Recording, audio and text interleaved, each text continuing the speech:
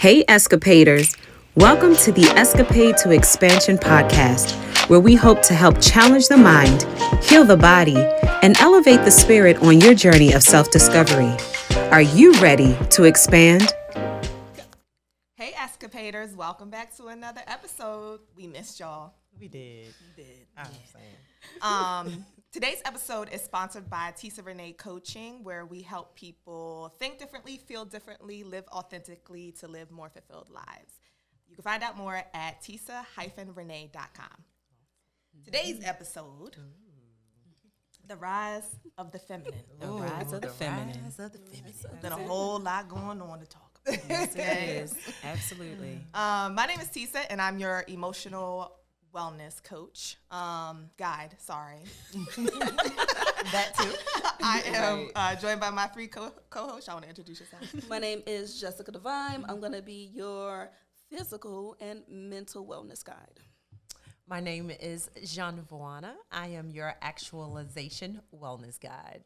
And last but not least, I am Angela, spiritual and wellness guide. Awesome. So, the rise of the feminine. As we know, feminism, gender roles, equality, women empowerment has been the hot topic for the last 2 years. And we have Keke Palmer and Rihanna, who just had their children, and they are kind of a face of women empowerment and getting in your bag and living in your fullness. Yeah. So let's talk about it, ladies. Yeah. Oh my goodness. What do y'all think about that though? What question do we want to start off with? I mean, do we really feel like, or how do you feel about femininity and how it has impacted the world? I mean, in and out of the workplace, in our homes, on the screen. And I said that purposely, screen. And even on the screen. Right? Sounds correct to me. Right. How do we feel like that this feminine energy is really impacting? I think that I think it's a beautiful thing to see. I think in society now you see women really showing the world. You know, there's some people that say we can't do it all, and of course we have limits, right? But we're running households, right? We're chasing careers, we're entrepreneurs, we're friends, we're taking vacations. I think it's very inspiring to see, while at the same time, for men, I think it's either causing them to step up to the plate and meet us where we are, right? We're now asking for more because we're doing more, right? Or the alternative to that is men becoming intimidated by it. Right? Yeah. For me, going to what you were saying, Tisa, about the man actually kind of like stepping up, because we're no longer pigeonholed. I believe the rise of the feminine gives us more opportunities to be able to be seen and to be heard and to be noticed and to acknowledge. And so when we're stepping into areas of family, career, business, motherhood, relationships, then for me, the sky's the limit on how we want to show up. Feminine is more of a feeling, a disposition, a affirmation, right? An affirmation of who we are, where we've come from, right? And who we are now. Who we are now. Yeah. And I know for myself, even at home, as a mom, as a business, for me, it's more of sometimes I need to put down. I need to do that in order for me to preserve that which others need from me as well. And so for me, I don't know if we could have done that in the past. You see what I'm saying? I don't know if we had the opportunity to put down, right? To be able to have choices, you know, to be free to be us. I think the part that I want to spin off from hearing what both of you were saying, that last part is probably where we would really be on the same page, being free to be, feminine, right? Yeah. I honestly believe if we're talking about how it has impacted society and how we carry ourselves, I really feel like we've been the shit all along.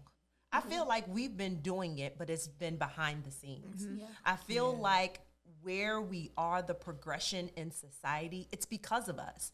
But the man was the face of it, right? Yeah. I don't feel like it was widely accepted. I don't feel like, you know, because even if we go back and start really looking at history and how things played out, you know, there was an era where we could not manage or own property, right? Yeah. We were actually looked at as if we were property. You know, we had to be married to a man, or we had to go from our father directly to being the owner or having being the property of another man. Otherwise, we really didn't have a voice. We didn't have a say. Yeah. But even with that being said, I believe like we were still running things behind the scenes. Very right?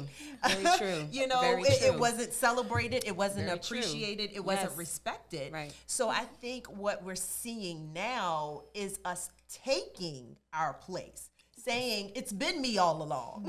Yes. You know, if you look at, and I think about even when I was in corporate America, I look at the secretary or the administrative assistant, and they're running that business, not just with the calendar, not just setting up with meetings, but she, and it was mainly women, she was the true brainchild behind a lot to the operations. Yeah. It And the was face. Exactly. And yeah. Well, so, but I think now we're starting to say, you know what? I'm no longer going to stand off on the Right. side. Right. No, that's my idea. That was me, Yeah. right? So that's how I kind of feel about it. I feel like Yeah. the rise is really us coming to the forefront, not the fact that we weren't doing it all along. Yeah. Yes.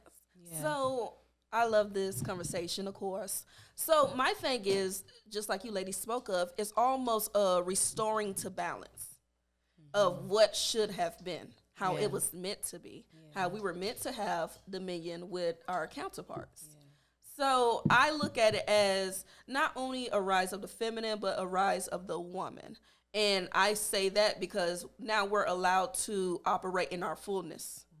Not just the feminine energy, but the masculine energy, and also have them blended in together. Yeah. So when you see us in our bag, yeah, we might be in our masculine. When you see us at home with our children, yeah, we might be in our feminine, and Right. all of it is acceptable. Yeah. So it's like women are able to be who they are in their fullness. And even those who may resonate with more masculine energy, let's say, they're able to be in their fullness as well, because they're able to still have those trinkets of femininity, you know, and it not be looked down upon. So it's like the rise of the woman, the rise of the feminine, it's really what we need. And I don't know if y'all seen, but the research shows that women ran companies Yes. actually do It's very well. Very Yeah, well. yeah. It's the collaboration, Yeah. it's the Yes. empathy that Yeah. we bring. Yes.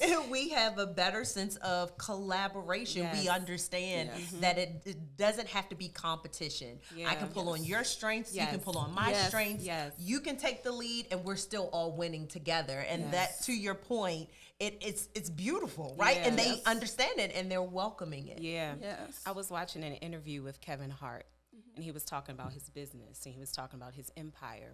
And most of his staff are women. He said he intentionally hires women because there is a certain level of detail and attention that we have in order for things to run, in order for things to expand.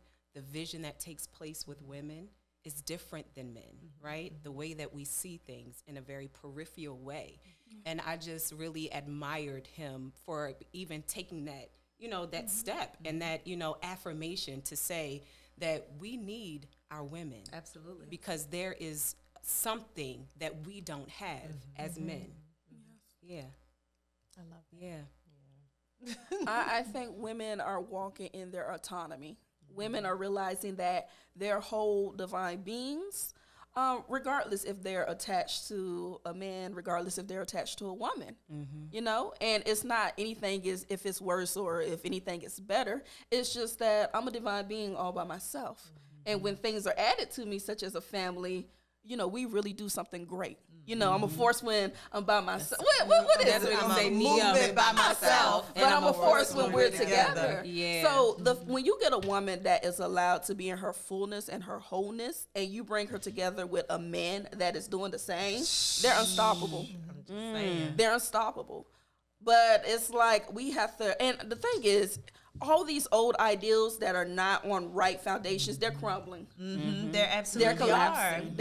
It's not working. It's not working. People are starting to take account to say, we're doing something wrong here. I really feel like that's why there are more acceptable, willing to have women politicians, right? Yeah. Women leaders. Yes. They're like, wait a minute, we've been going about this the wrong way. What can we do differently? And I think you know what? She's been talking in my ear all along. Let me bring her to the forefront so we can actually progress. Yeah. And Let me listen. It's like the system of patriarchy is crumbling. Yeah. And, you know, they say whenever something is dying, that's when it's going to yell the loudest. So all of this stuff, even with white supremacy is crumbling. And that's why you see all this reverse racism and all of this talk. It's like these systems have to crumble so something else can be built better. But the crumbling, the demolition, it's the process where it's kind of chaotic. Because when you see a wrecking ball come through there, that's chaotic. Right. But then after everything is crumbled, we're going to clean it up and we're going to build something better. Absolutely. You know? Yeah. I would Absolutely. love there to be, I know things are marketed the way they're marketed for a reason in the media. But even in conversations that I've heard with friends and stuff, I would love talking about operating in your fullness, us to realize that, the conversation where when a society sees a woman in her bag, so to speak, it's the conversation, she don't need a man, she don't want a man. They label her, right? I would love the conversation to be more that she's operating in her fullness. It's not that she doesn't want to be in a relationship or she doesn't need a man. Yeah. She just doesn't want to be put inside a box. She just wants a man that's going to allow her to be in her fullness and support her, right? Or woman, whatever. Like, she just wants to be supported and allowed to be that without the labels. Right. I don't think we talk about that. Right. Well, I think it's because labels make people feel comfortable. You know, Yeah. When you cannot identify something, it causes, something to happen inside you. You can feel like you gotta put a label on it so it can make sense to you. Yeah. Right. So when they see that, they're like, okay, I can't fathom this. I can't, and of course they're looking at it from their perspective. So let me go ahead and put a label on it. Yeah. She's too masculine. It's just it makes. But it's a lot of projection in that. Yeah. That's what you're doing. You actually probably wish you could step up like that and get in your bag and really focus. Yeah. It's a lot of projection that's going on. Yeah. Ooh, and you know what that makes me think of? I think for a long time, men have looked at marriage in a, how's this going to benefit me? Right? From a very selfish point of view. Right? If I get married, then I'll have somebody to help raise cook, my kids, clean, cook, and- clean. Like, I can't tell you how many men Make my life easier. Yeah, exactly. How is she going to, all of that, right? I think it's now requiring men, and I think they're having, I think a shift is happening, but there's still uncomfortability there. How can I add, like, the mindset should be for all of us, how can I add to this person's life? Yeah. Right? How can I support her where she's already at? Yeah. Right? Yeah, but I think with even more conversations like even with conversations like this, I think, again, just like you were saying, the demolition process that's happening, you know, there's a shift that's happening to where we are now building conversations around systems, right? Patriarchy, matriarchy, and how that looks in households, businesses. And I do believe that there's going to come a time where we will be free to be us. And I believe that we are here even now. So when you were talking about that, you know, I even know in my circle there's men who are stay-home dads, you know, while the women are doing their thing, right? So it's already changing. It's shifting. It has no ability to stay around Because it no longer serves. It actually doesn't. And it's like, I understand where men are coming from, because their whole life they have been programmed to believe women were born like exclusively to serve them Servitude. Yeah. and to have their children. So when you say, well, no, yeah, that's fine and stuff, but I got other things that I want to do. I got Absolutely. goals. I got dreams. Or I don't want to do that at all. They feel some type of way because they feel like, well, you're out of purpose. Your purpose was for me. They don't see you as a full human being. And it's almost relative to slavery, where they don't see you as a full human. They don't value your opinion.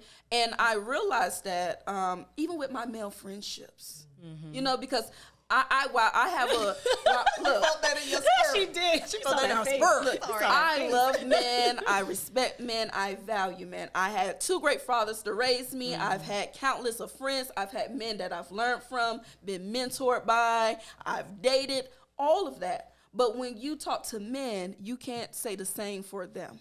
They don't have women that they admire. They don't have women that they listen to. They don't have women that they're genuine friends with. A lot of them don't respect women as human beings. They literally just see them as romantic counterparts and baby factories. So I understand because it's been programmed into them, but the programming has ended. It's a new program on. When you were younger, it would go, It's static. Right. Come across the And it's screen like, and no more programming. It's like either you're gonna like move out in front of that TV screen and kind of like seek something else, or you're going to be left behind. Or you're going to sit there and try to attempt to knock it across their head. Like, come on, come back on. Exactly. When are you going to come back on and be frustrated and mad? Exactly. Go ahead and keep being So the men who have actually done the self-work, the men who are actually living the life that they love, they only support and encourage. But the ones who are miserable and think that because of women that they're not where they're at, those are the ones who are reaching out and all that. And they'll deconstruct. They'll we're not concerned. And it's interesting that you said that real quick. When y'all have, I just gotta laugh this off real quick because again, we were talking about how just the mindsets of people sometimes. So I won't put out there who it was just in case she doesn't necessarily feel comfortable, but a conversation was had with a younger woman and a gentleman that they were kind of courting, if you will, to see how things were going to work. And one of the last conversations was that I don't think I can love you the way that you love yourself as much as you love yourself. I don't, and the reason, Somebody will. Exactly. I don't think I can love you the way that you love yourself or the way that you expect to kind of be loved. And we was having a conversation. She was like, I really don't get why he said that. And this kind of falls into this whole discussion that we're having. It's like, I don't understand. We're partners here. You don't have to attempt to outlove me the way that I love myself. Bring value to me and meet me where I am. Yes. I don't need you. And I'm about to give away some stuff, but she's like, I'm well taken care of. She's in school. She has her own money. Her parents looks out for her. She's like, and he's, what can I add value to? Y'all gonna have to step it up and start getting more creative because she's good, right? So it's, again, the rise of the feminine. So what you now have to bring to the table, which they originally thought, hey, I'm gonna take you shopping. I'm gonna, spend some time. No, what else? It's you need me. Come again. Exactly. And that's how I feel like some of them are feeling. Most of them. I said some. You're gonna say most. You're gonna say some. Well, I'm gonna say it's been programmed into men to feel like they need to be needed by women in some capacity, or they're not doing their job as a man. And it's like we're moving from I need you to I value you. And that's what should be. Go ahead. I was just gonna say that. They ready to jump on. That's so much more. Like, think about that, right? Like, why would you want to Needed over because valued. if you need me, that means you have no options to leave me. And that I'm higher than you as well. Yeah. Right. So let's think about it. Some of them want to feel The thing is, needed. it's a cognitive dissonance with that because it's like they don't recognize what's behind that, behind a woman needing you. Yeah. But the truth is, if a woman needs you, she can't leave you. And that's what our foremothers went through. And that's why they taught us, get your education, get something for yourself, Right. and don't be just following behind a man. Now, mama ain't tell them that, but mama told us that. You know? That brings up such an interesting conversation that I flashback. Come back. That I had with the person that said to me, it was a guy, and he said he has a lot of female friends, and he said to me, I like to feel needed. It's like, we're talking about this, unpack that. Where does that really, if that's the way you show up and that's your mindset around majority of your friendships, even females, like, really, like, where does that come from? Yeah. You know what I mean?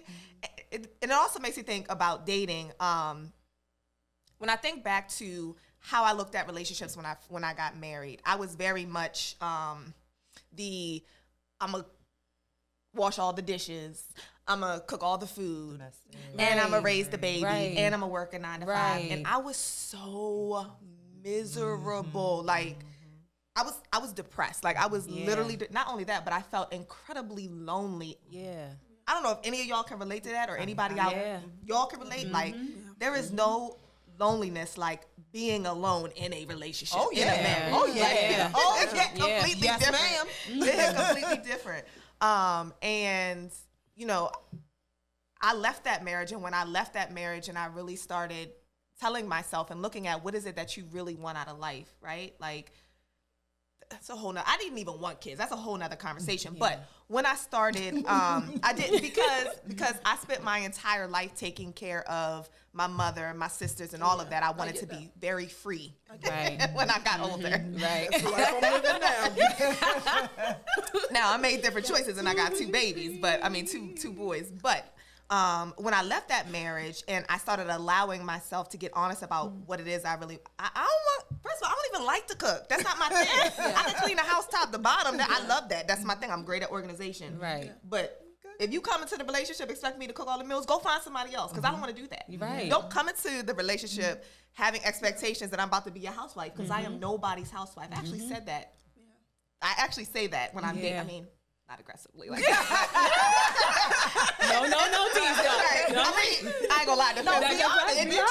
It depends on how if he outright says, And he gonna be like, no worries, I cook. I love cooking, Yeah. right? Or no worries, we'll hire I'm gonna hire the chef. You can outsource. Right. Come on now. That part. That part. But when I That's started it. identifying what I just now, like in singlehood, I feel not that I feel incredibly free because in my singlehood, I am in my bag. I am not in a box. I am pursuing my passion. I'm raising my kids. I'm doing all of those things, Yes. right? Yeah. So when I'm having relationships, when I'm dating people, that's a conversation we're having. I need to know what's your like, how do you, Right. What you Expectations. Right. Right. Right. because I ain't gonna be important. pregnant barefoot. Do not That is pay. important. So you cannot collect $200. The thing I like about that conversation in the rise of the woman, the rise of the feminine, is that the world is your oyster. Yep. And we're not putting down stay-at-home wives. We're not putting down, women that love working within their home. Yeah. It's like now you have those options and you have other options. Yes. It all depends on what you do. And it's like we commend you in whatever you choose. So if you want to be the best wife and mother and that's all you aspire to do, we love that for you. it. Yes. If you want to be the CEO, we love that for you. If you want to be the hippie hiker that travels the world, Right. we love that for you. If you want to be the rap artist, we love that for you. Right. It's like as a woman, you're simply a human being and you have the world at your foot and you're no longer boxed in. And we love all those options for you. Right. You know? and of course, as long as it's you.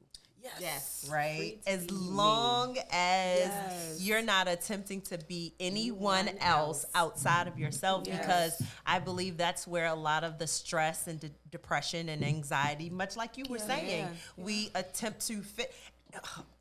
I be working on that too, because you be wanting to jump to other things real quick though, right? But it's about the whole concept of the whole box discussion, right?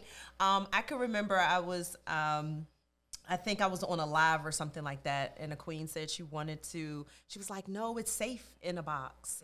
And I was like, no, it's trapped, it's closed, it's dark, it's no space. And if anyone ever steps on the box or light that box of fire, you're gone. Right? Yes. Why would you want to be? It's not safe in there. We got to change our perspective and stop allowing people to put limits on who we are, including self. Absolutely, including self. Because when you step up out of that box, you have the ability to do and be and go. I mean, why would you not want to embrace that freedom in its fullness? Yeah. That's the rise of the feminine, to say, I'm going to decide who I want to be. And even today, because who I am here stateside, maybe somebody who else I'm gonna be. I'm gonna be something different over there. I'm gonna be Spice, right? I ain't gonna be not Spice, right? Honey, that's been my name. That's my old ego. That's Spice, honey. But that's okay, and embrace all of those parts of you. Yes. And I feel like even with that point, evolution, because who you are right now might not be who you are in 4 to 5 years, and that is perfectly okay. That's the fun of life. And I've heard this saying, and I love it, where a person is only able to be authentic to the point where they know themselves. That's right. Yeah. So a lot of times we have to just live life, and we got to experiment and try things and explore and find out what is not for us. Had you never been the housewife, you never would have realized that wasn't for you. Right. Had I never worked in corporate America, I would have never realized that just ain't for me. Right. But the thing is, I got the experience, and it was kind of fun. Like, even our dramatic experiences, it's like, okay, I didn't die. Thank goodness, right? But that was close. I learned a couple lessons, and it was kind of fun. It was kind of fun, you know? Well, and I love that point. Who we are, who we were yesterday is not the same person who we have to be today. Like, reinvent yourself and be okay with that. I feel like a lot of us is still attempting to figure out, I want to still be, I was back in my 20s when I was doing, no, you have different experiences. There's different things that hopefully new knowledge, and that has now cultivated you and molded you into being somebody else different. Walk in that fullness versus attempting to hold on who you were 5, 10, 15 years ago. I'm going to wake up today. Who do you want to be today, girl? Right? And walk in that. And if we do that, again, I feel like anything is within reach. Because now your mind is open to it. You're willing to take on the new job opportunities. You're not afraid to get into new relationships. What have I been through that has now shaped my idea of life? Get in touch with that. Be real with it and say, okay, based on this new information that I have, now what am I going to do about it? I like that. And I hear a lot of people say, I lost who I was. Honey, that's a natural process of life. It's not for you to go after who you were. It's for you to find out who you are now and discover that new being. And you're going to continue to have new versions of yourself. Scary for people. Look at yourself in the mirror, like every day, and appreciate who you are now. You know, women who have birthed many kids, right? We talk about that, right? How I lost the body of who I was. No, it is who you are today. You just had 2 kids. You just had twins, right? There is no quick fix of who you are. You're not going to be who you were within that body. How are you going to embrace that body? You're not. Chemically, you're not. Right? Mentally, you're not. No, not just physically. You're not. So how do you embrace that? How do we allow our queens to know in this feminine era? How can you embrace who you are now? And I love, remember the first episode, we talked about self-love and loving yourself through every version of you. The good, the bad, the ugly, the indifferent, right? I think that's a part of that. Absolutely. Because even things that you don't like, it's still you and it's still beautiful in some way. Yeah. You know? Mindset. I think also we get so tied to the roles we play. Yeah. Right. Absolutely. Our identity gets so tied to the roles we play. And one of the things that I know Coach Vaughn always talks about is being able to identify not what you do, but who you are. Right. What are the characteristics that allow you to serve in the roles that you do, that to show up in the world like you do, right? Yeah. Those are who you are. Those are your strengths, and those will, you know what I mean? Yes, we evolve as people, but those are the things, when you pay attention to them, that allow you, right, to tap into so many other things. Absolutely. So many other things. Absolutely. Yeah. I also believe when you ask the question,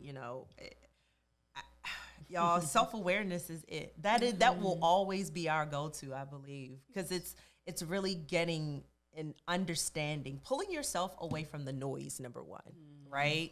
That's social media, that's people's opinions of you, people's perspective, and have the serious ass conversation with yourself, right? Mirror baby. Let's be honest. Yeah. And it's interesting because even in coaching, I'll ask a question and I'll kind of already know the answer just by observing like we do in coaching and therapy and stuff like that.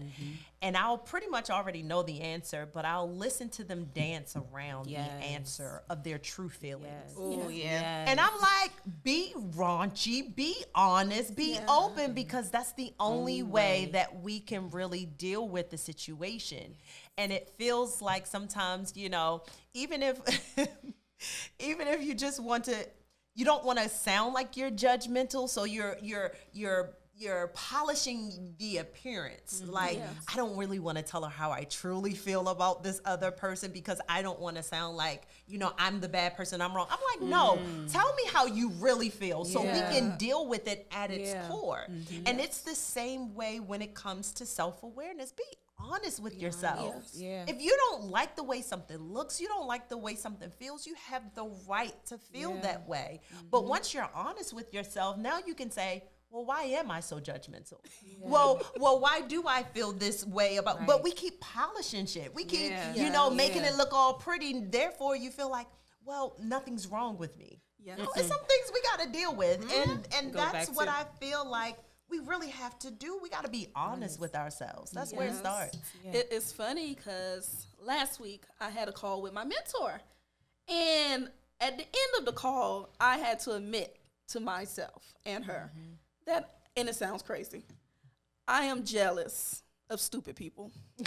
No, I get that. I know exactly what you mean by that. I explain. Well, so y'all know, like, baby, I'm fine. I'm fine. I'm smart. So it's like I usually think I ain't got no reason to be jealous of people. But I started, I noticed myself being triggered. Like, I would be online and I would see all these stupid people, getting attention. And their stuff constantly being shown. Okay. And I'm like, I know I drop good stuff, good material. Yeah. I should be getting that attention. Right. And I'm like, well, okay, so you're triggered. You feel like you should be getting that attention. What's wrong with people being stupid? And I'm like, well, So I was also judgmental because people are allowed to be stupid. Right. I know it sounds crazy. Yeah, but people are allowed to be who they are. Right. Exactly. So I'm like, well, so are you saying that you want attention? And it's like, well, yeah. Right. And but I think that's natural, though. Yeah, but it's like, well, why do you want attention? Because I feel like what I have to say is important. Yeah. Important to who? Important to the people that need to hear it. Basically, I just had this whole unraveling to the point I had to prevent myself from self-soothing by sucking my thumb because I felt really raw. Yeah. But it made me look at my beliefs around, stupidity and intellect. It made me look at my own doubts about myself and my importance to people and my voice. Yeah. And also, it made me just see that, hey, take your focus off of that. Focus on what you want. That's right. Yes. Exactly. So, exactly. And that's what it does when when you focus on self-awareness and you coach yourself through that process, you can get down to the heart of the matter and say, okay, now that I've come to the realization that I want attention, what do you need to do to get the attention that you desire? Yeah. What are you willing to do to get the attention? Now it is, you take back your power. It's no longer the stupid people that is bothering you. Right? It's no longer, it's really you that's bothering you. Yes. And now you can get into your bag. Again, that whole self-awareness piece so that you can really elevate and get to where you want to be. Yeah, so it's like the top of the pot was just me saying stupid people irritate me. Yeah. And then I had to I had to dig deeper and realize it was just me. Yeah. I was the issue. Right.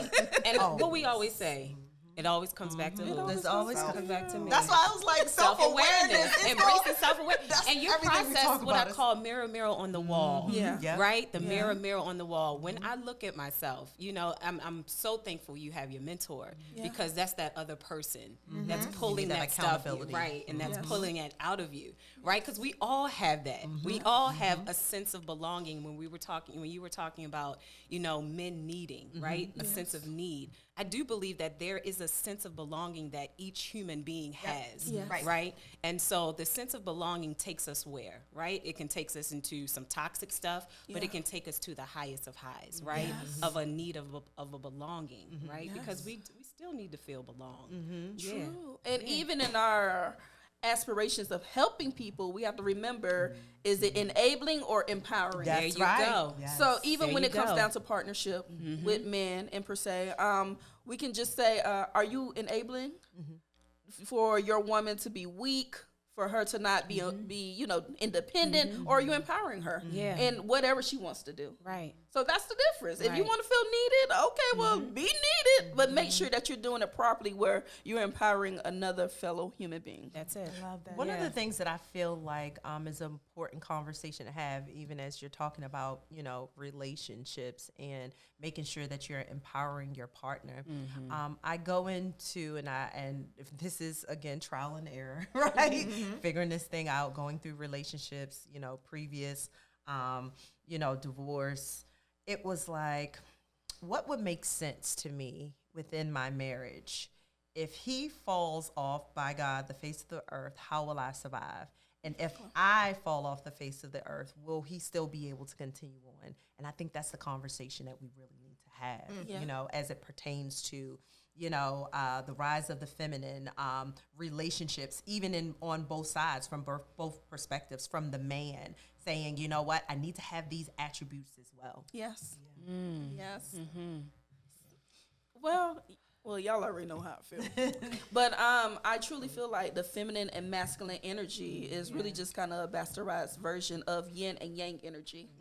And when we learn to balance those energies properly, and that certain traits of those two energies are needed for different circumstances and situations, I think we'll be much better as a human collective. Absolutely. Both men and women need to be balanced in their yin and yang, masculine and feminine energy. Yeah. It's my favorite word. Balance. Absolutely. I do too. It's one of my core values. It is.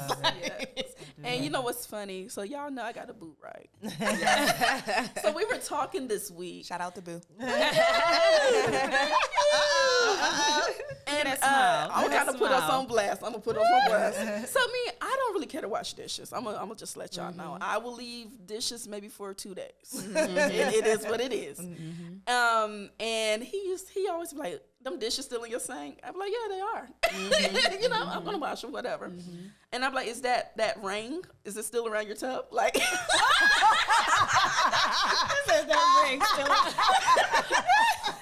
You take a shot. the funny thing, we're both very clean people. It's just certain things that we're not gonna do all the time. Be on top of. So the funny thing is, my bathroom is always neat. So, and his kitchen is always spotless.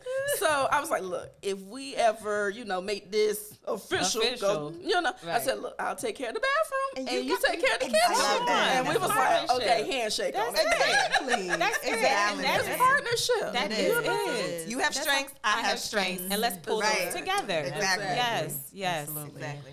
When it comes to as we're talking about rise of the feminine, where do you feel like other women? Because I I don't feel like it's just even men that are uncomfortable with this era.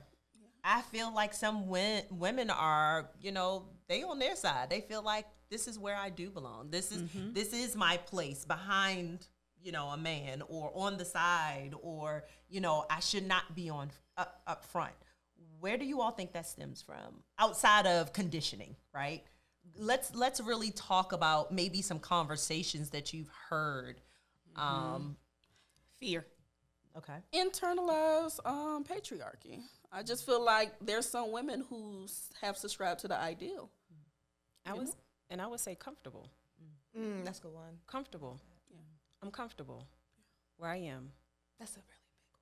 That's good. I'm comfortable. But I almost feel like, in a sense, that's acceptable too. Like, if you want to be like that, that's fine. And that's what I was also going to say.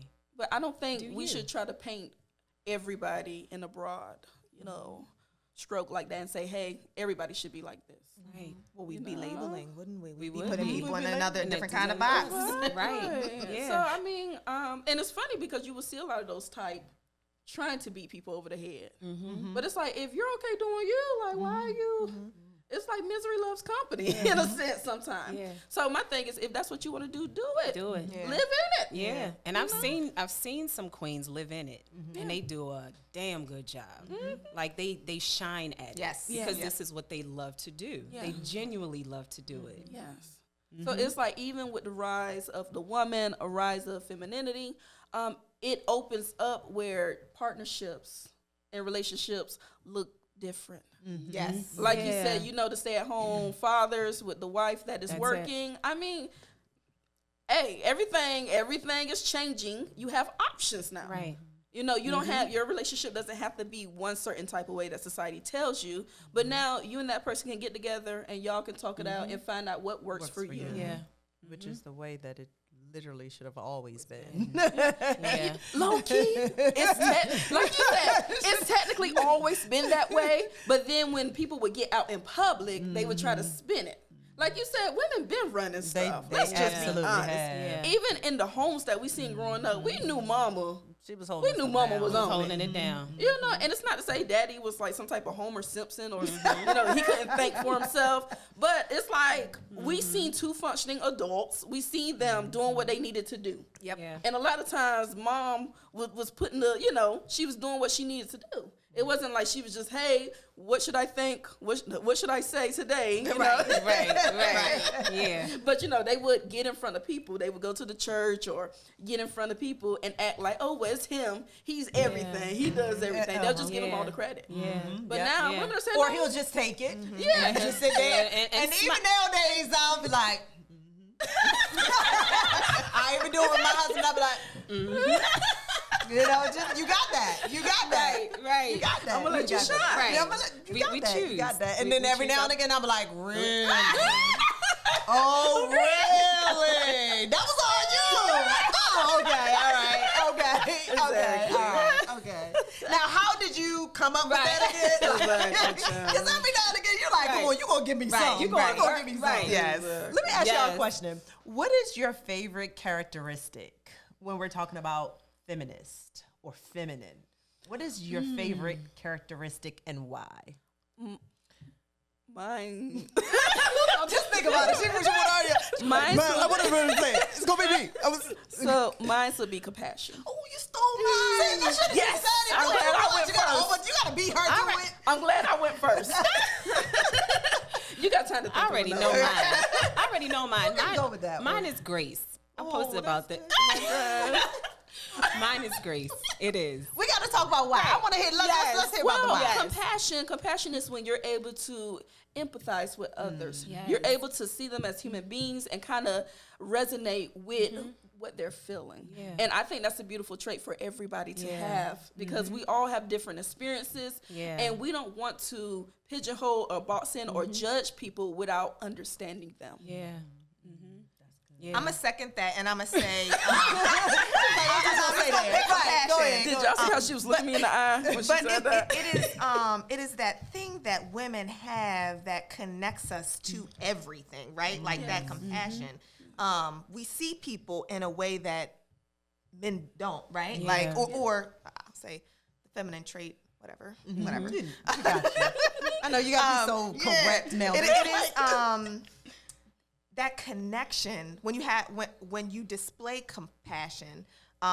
You truly see a person for who they are, and when you can truly connect to a person for a person's authenticity, there's so much room to plant seeds. There's so much room to inspire. So much room. It's why we are so good, I think, at raising kids and right? building Yes. community. Yeah, and building Yes. community. Yeah. Absolutely. Yeah. That's why I was. I think grace is the cousin of compassion. Yep. That's my cousin.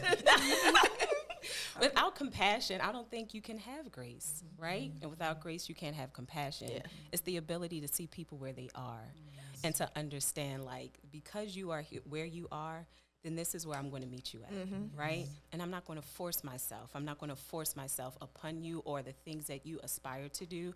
I'm going to allow you to do this, right? But with grace, I believe that is such a powerful energy to have as well, because it allows you to see beyond and also to relate in some way, right? So that's what I'm saying, like compassion, grace, like they're cousins. I think one can't work without the other. Yeah. I'm gonna actually. So I'm going back and forth between these two. So of course, one is going to be collaboration, and the other one, and they kind of, I guess, can partner together, is inclusiveness. I feel like that is an excellent trait. Like that's probably one of my favorite, because I think, and of course we have our outliers. You hear women can't never get along together. They always bickering and they always fighting. You hear those things, but what about how we do work well together and really make things happen? And when we make things happen, we are explosive, right? Yes. I love the whole inclusiveness to say, you may not have what I have, I may not have what you have, but again, let's come together. And I believe compassion and grace plays a part in that. You understand, right? I realize that she may not get there alone, right?